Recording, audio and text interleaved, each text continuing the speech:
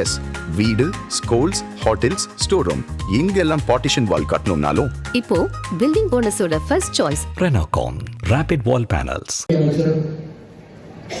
கழகத்துடைய உயர்நிலை செயல்திட்ட குழு உறுப்பினர் அண்ணன் எஸ்.எஸ். பழனிமாணிக்கம் அவர்களுடைய சகோதரர் திரு ராஜகுமாரன், திருமதி சர்மிளா அவர்களுடைய அன்பு மகள் ஐஸ்வர்யா, கம்யூனிஸ்ட் இயக்கத்துடைய மூத்த தலைவர் மறைந்த திரு வெங்கடாசலம் அவர்களுடைய பெயரும், திரு சுகுமாரன், திருமதி இந்திரா இளையனுடைய மகனுமான தம்பி வெங்கடேஷ் திருமணத்தை உங்களுடைய முன்னிலையில் நடத்தி வைப்பதில் மிகுந்த மகிழ்ச்சி அடைகின்றேன். தஞ்சாவூர் மாவட்டம் எப்படி திராவிட இயக்கத்திற்கு செல்வாக்கான ஒரு மாவட்டமோ அதே போல கம்யூனிஸ்ட் இயக்கத்திற்கும் செல்வாக்கான மாவட்டம் தான் இந்த தஞ்சாவூர் மாவட்டம். அப்படிப்பட்ட திராவிட இயக்கமும் கம்யூனிஸ்ட் இயக்க குடும்பமும் இணையர விழாவா ஒரு சிறப்பான நிகழ்ச்சியாக இந்த திருமணம் இங்கே நடைபெற்றிருக்கின்றது. தஞ்சாவூருக்கும் கலைஞர் அவர்களுக்கும் நம்முடைய கழக தலைவர் அவர்களுக்கும் எனக்கும் ஒரு நெருங்கிய தொடர்பு உண்டு. ஒருங்கிணைந்த தஞ்சை மாவட்டத்தில் பிறந்தவர் தான் டாக்டர் கலைஞர் அவர்கள். அது மட்டும் முத்தமிழ் கலைஞர் அவர்கள் 1962 நின்று வென்ற தொகுதி இந்த தஞ்சாவூர் தொகுதி.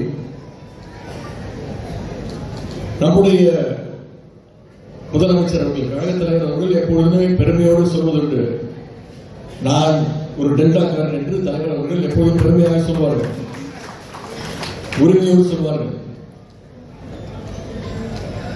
அந்த உரிமையோடு தான் என்னுடைய வேறு இருக்கிற இடமும் இந்த ஒருங்கிணைந்த தஞ்சாவூர் மாவட்டம் என்ற அந்த உரிமையோடு இன்றைக்கு இந்த திருமண விழாவில் நான் பங்கேற்கின்றேன். ஆனால் பழனிமாணிக்கத்தை பற்றி இங்கே உங்களுக்கு நான் சொல்ல வேண்டிய அவசியம் இல்லை. தன்னுடைய 12வது வயசுல கழக பணியில ஈடுபட்டவர் அண்ணன் பழனிமாணிக்கம் அவர்கள். 62 தேர்தலில் தஞ்சாவூர் தொகுதியில் கலைஞர் இருந்தப்போ உதயசூரியன் சின்னத்திற்காக கலைஞருக்காக இங்க இருக்கக்கூடிய ஒவ்வொரு வீட்டையும் ஏறி இறங்கி வாக்கு சேகரித்தவர் அண்ணன் பழனிமாணிக்கம் அவர்கள். தன்னுடைய 12 வயசுல ஆரம்பிச்சு கிட்டத்தட்ட 64 ஆண்டுகளாக இன்னைக்கு அண்ணன் அவர்கள் பொது வாழ்க்கையில ஈடுபட்டு வருகின்றனர். மாணவராக இந்திய எதிர்ப்பு போராட்டத்திலும் கலந்து கொண்டிருக்கிறார். அதன் பிறகு கல்லூரி படிக்கும் பொழுது கழகம் அறிவிச்ச அனைத்து போராட்டங்களையும் கலந்து கொண்டதால கல்லூரியிலிருந்து பல முறை டிஸ்மிஸ் செய்யப்பட்டிருக்கிறார். தான் படிச்ச எல்லா கல்லூரிகளையும் கழகத்துடைய மாணவரணி அமைப்பை தொடங்கி அதை சிறப்பாக நடத்தியவர் அண்ணன் பழனிமாணிக்கம் அவர்கள். லா படிச்சுட்டு சென்னை உயர்நீதிமன்றத்தில் அட்வொகேட்டாக அவர் பிராக்டிஸ் செய்வது டாக்டர் கலைஞர் அவர்கள் போய் வாழ்த்து பெறுவதற்காக போயிருக்கிறார். அப்போது கலைஞர் அவர்கள், நீ தஞ்சாவூர்ல போய் பிராக்டிஸ் பண்ண, அப்படியே தஞ்சாவூர்ல கழக பணியில் ஈடுபடணும், கட்சி வளர்க்கணும் அப்படின்னு கழக பணிகளை கலைஞர் அவர்களால் செய்வதற்காக அனுப்பி வைக்கப்பட்டவர் தான் அந்த பழனிமாணிக்கம் அவர்கள். அதன் பிறகு கழகத்தில் பல்வேறு பொறுப்புகளில் பணியாற்றி இன்றைக்கு உயர்நிலை செயல்திட்ட குழு உறுப்பினராக பணியாற்றி வருகின்றார். தான் ஏற்ற பொறுப்புகள் அனைத்திலும் சிறப்பாக பணியாற்றியவர் பழனிமாணிக்கம் அவர்கள். இதே தஞ்சை மக்களவை தொகுதியிலிருந்து 6 முறை மக்களால் தேர்ந்தெடுக்கப்பட்ட எம்பியாகவும் பணியாற்றியவர். அந்த அளவுக்கு இந்த பகுதி மக்களுடைய அன்பையும் நம்பிக்கையையும் செல்வாக்கையும் பெற்றவர் அண்ணன் பழனிமாணிக்கம் அவர்கள். ஒன்றிய இணையமைச்சராக 9 ஆண்டுகள் சிறப்பாக பணியாற்றியவர். கொண்ட கொள்கையில தடம் மாறாம உறுதியோடு பயணிக்கின்ற பழனிமாணிக்கம் அவருடைய இல்ல திருமண விழாவில் உங்களோடு சேர்ந்து நான் பங்கேற்று திருமணத்தை நடத்தி வைப்பது எனக்கு கூடுதல் பெருமை, கூடுதல் மகிழ்ச்சி.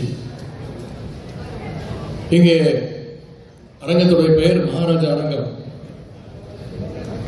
ஆனா மகாராஜாக்களை இணையாக மகாராணிகள் நிறைய பேர் வந்திருக்கிறீங்க.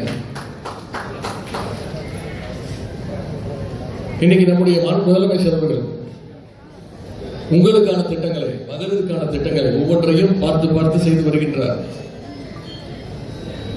முதலமைச்சராக பொறுப்பேற்று போட்ட முதல் கையெழுத்து மகளிருக்கான கையெழுத்து, மகளிருக்கான விடியல் பயண திட்டம்.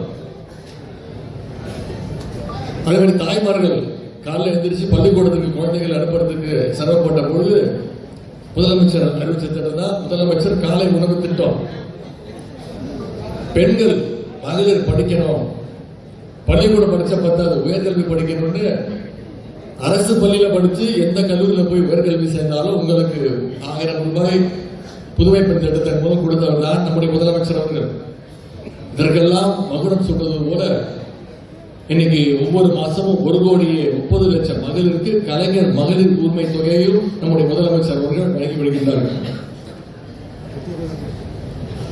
இப்படி பல்வேறு சிறப்பான திட்டங்களை செஞ்சு வரதுனால இன்னைக்கு நம்முடைய தமிழ்நாடு இந்தியாவிலேயே வளர்கின்ற மாநிலங்களில் 11.19% வளர்ச்சியோடு முதல் மாநிலமாக இன்னைக்கு தமிழ்நாடு விளங்கி வருகின்றது. இதையெல்லாம் பொறுக்க முடியாத ஒன்றிய பாசிச பாஜக அரசு இன்னைக்கு பல்வேறு வகையில் நம்முடைய தமிழ்நாட்டுக்கு நம்முடைய அரசுக்கு தொல்லைகளை கொடுத்து வருகின்றது. நிதி உரிமையை பறிக்கிறாங்க, மொழி உரிமையை பறிக்கிறாங்க, மீண்டும் புதிய கல்விக் கொள்கை கொண்டு வந்து இந்தி சமஸ்கிருதத்துக்கு நம்முடைய தமிழ்நாட்டு மாணவர்களுக்கு திணிக்க பார்க்கிறாங்க. தமிழ்நாட்டுக்கான நிதி உரிமை தொடர்ந்து பறிக்கப்பட்டிருக்கு. 2 நாட்களுக்கு முன்பு அறிவித்த பட்ஜெட், ஒன்றிய பட்ஜெட்ல தமிழ்நாட்டுக்குன்னு ஒரு திட்டமும் இல்லை. ஆனால் பழனிமாணிக்கம் அவர்கள் ஒன்றிய நிதித்துறை அமைச்சராக, இணையமைச்சராக பணியாற்றியவர். தமிழ்நாட்டினுடைய வளர்ச்சிக்காக பல திட்டங்களை கொண்டு வந்தவர். ஆனா இப்போ ஒரு நிதி அமைச்சர் இருக்கிறாங்க, மரியாதைக்குரிய திருமதி நிர்மலா சீதாராமன் அவர்கள். அவங்க தமிழ்நாட்டை சேர்ந்தவங்கன்னு பெருமையா சொல்லிப்பாங்க. ஆனா தமிழ்நாட்டுக்குன்னு பார்த்தீங்கன்னா ஒரு திட்டத்தை கூட இன்னைக்கு ஒன்றிய அரசு அறிவிக்கல. இன்னும் சொல்ல போனா தமிழ்நாடு வார்த்தையே சென்ற வருட பட்ஜெட்ல கிடையாது. இப்படி ஒன்றிய அரசு தமிழ்நாட்டை பல வகையில் வஞ்சித்து வருகின்றது. நிதி உரிமையை படிக்கிறது, கல்வி உரிமையை படிக்கிறது, பல்வேறு இளைஞர்களை தமிழ்நாட்டுக்கு கொடுத்துட்டு இருக்கிறாங்க. இதையெல்லாம் கண்டிக்க வேண்டிய ஒரு எதிர்கட்சி தலைவர் இருக்கின்றார். திரு எடப்பாடி பழனிசாமி அவர்கள் என்ன சொல்றாரு?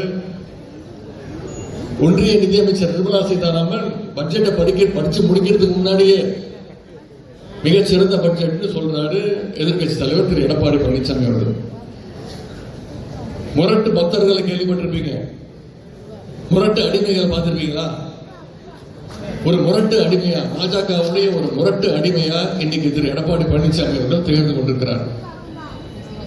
இந்த பட்ஜெட்டை வரவேற்றிருக்கிறார். இப்படி எத்தனை அடிமைகள் வந்தாலும் சரி, பழைய அடிமைகள், புதிய அடிமைகள் வந்தாலும் சரி, நிச்சயம் வருகின்ற சட்டமன்ற தேர்தலில் குறைந்தது 200 தொகுதிகளில் நம்முடைய திராவிட முன்னேற்ற கழகம் வெற்றி பெற்று நம்முடைய தலைவர் மீண்டும் முதலமைச்சராக அமரப்போவது உறுதி. அதற்கான தொடக்கமாக இந்த தஞ்சை மாவட்டம் நிச்சயமாக இருக்கும் என்ற நம்பிக்கை நமக்கு இருக்கிறது. கழகம் 7வது முறையாக ஆட்சி அமைக்கணும்னா, நம்முடைய தலைவர் 2வது முறையாக முதலமைச்சர் நாற்காலில் உட்காரணும்னா, அடுத்த 2 மாதங்களுக்கு இங்க வந்திருக்கக்கூடிய கழக நிர்வாகிகள் களத்தில் இறங்கி பலமாக கடுமையாக உழைக்க வேண்டும்.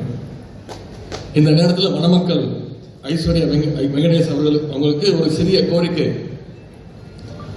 இல்வாழ்க்கையில் நீங்க ஒருத்தர் புரிந்து கொண்டு நடந்துக்கோங்க. சுயமரியாதையோடு, பகுத்தறிவோடு உங்களுடைய வாழ்க்கையை அமைச்சுக்கோங்க. விட்டு கொடுக்க வேண்டிய விஷயத்துக்கு விட்டு கொடுங்க. ஆனா உரிமையை பெற வேண்டிய விஷயத்துக்கு உறுதியாக இருந்து உங்களுடைய உரிமையை பெற்றுக்கோங்க.